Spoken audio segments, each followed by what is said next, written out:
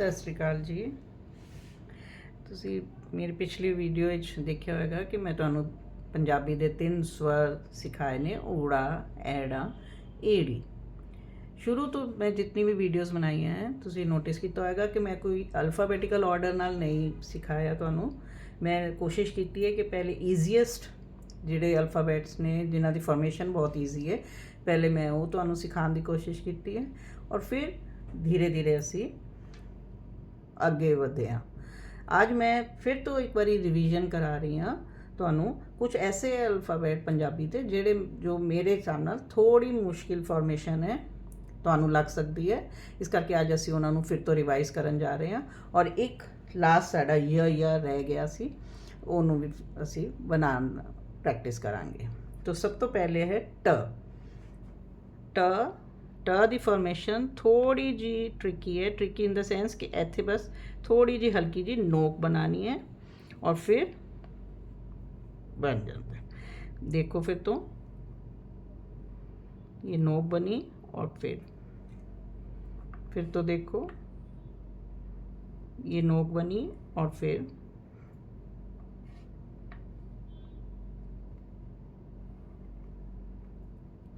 ट ट टैंकर, ट टैंकर, ट टैंकर।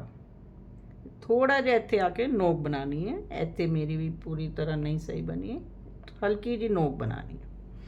ख, ख मतलब खखा, ख।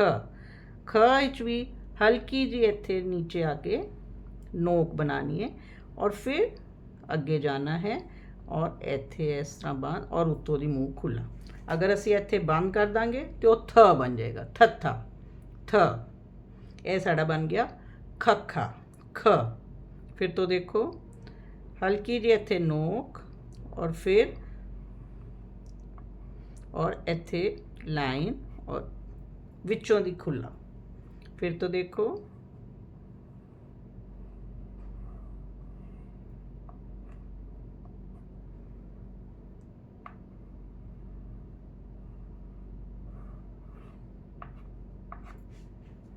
खखा। दैन झ झंडा। झ झंडा नूं पंजाबी च असीं कहने आ झज्जा। की कहने आ? झज्जा। झज्जा दी फॉर्मेशन जिहड़ी है वो मैं तुहानूं दस्सिया सी कि वी बनाना है लेकिन नोक नहीं बनानी है और उस तो बाद सीधा जिस तरह टू बनाईदा है, दैट्स ऑल। फिर तो देखो वी बनाना है लेकिन बिना नोक दा और फिर उस तो बाद जिस तरह टू दी फॉर्मेशन होंदी है। यह साड़ा बन गया झ झंडा, झज्जा। फिर तो देखो वी और फिर टू, वी टू। टैंका, हल्की जी इत्थे नोक बनानी है। ख खखा, यदि भी हल्की जी नोक बनानी है। झज्जा, झज्जे लई वी बनाना है लेकिन बिना नोक दा और फिर उस तो बाद थल्ले टू, झज्जा, झ झंडा। फिर है अणा। अणा जन गण मन विच जिहड़ा अणा आंदा है वो पंजाबी च किस तरह लिखीदा है? पहले एक हल्की जी टेढ़ी लाइन और उस तो बाद जिस तरह ट टमाटर बनाईदा है, इत्थे फिर थोड़ी जी नोक। ये देखो थोड़ी जी हल्की जी नोक बनती है इत्थे भी।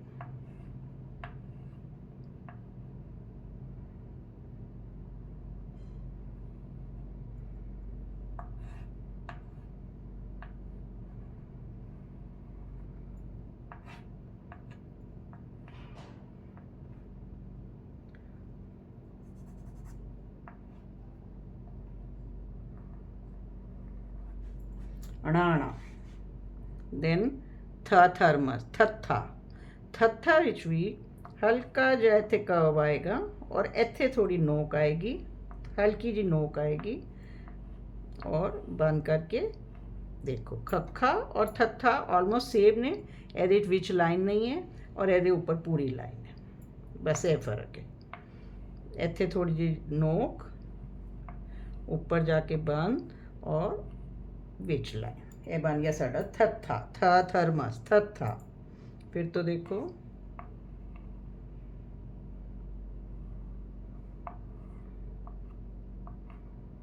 थर्मस।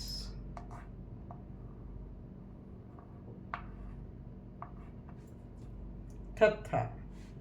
देन लास्ट साडा एक अल्फ़ाबेट रह गया है य।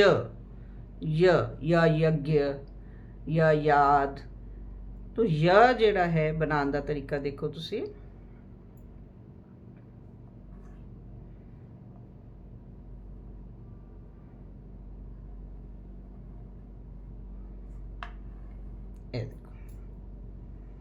पहले उस तरह ही हल्का जा नोक बना के थले गोला बना के अगे लाइन ले जानी है और फिर उन्होंने मिला देना है। य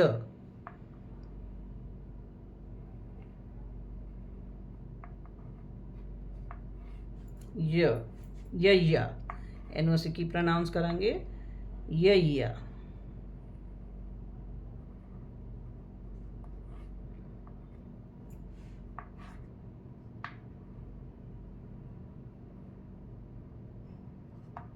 यय्या।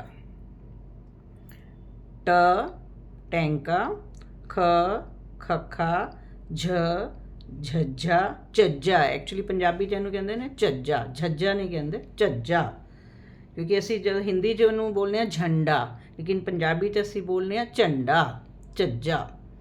अणा अणाणा, थ थत्था थत्था, यय्या।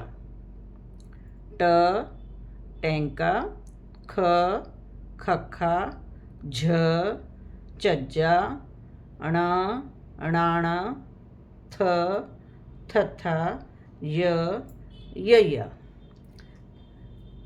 तुसीं देखिया ही है कि मैं कोई सीरियल ऑर्डर विच नहीं तुहानूं अल्फाबैट सिखाए। मेरी कोशिश यही रही है कि सिंपल टू डिफिकल्ट वाल जाइए और एक बार तुहानूं ये सारे अल्फाबैट की पहचान हो जाए तो हुण मैं तुहानूं next class which serial order which लिख के दिखावांगी। ऊड़ा एड़ा एड़ी ससा हा जो भी सीरियल ऑर्डर है अल्फाबैटिकल ऑर्डर ਉਹਦੇ ਵਿੱਚ ਲਿਖਾਂਗੇ ਅਸੀਂ।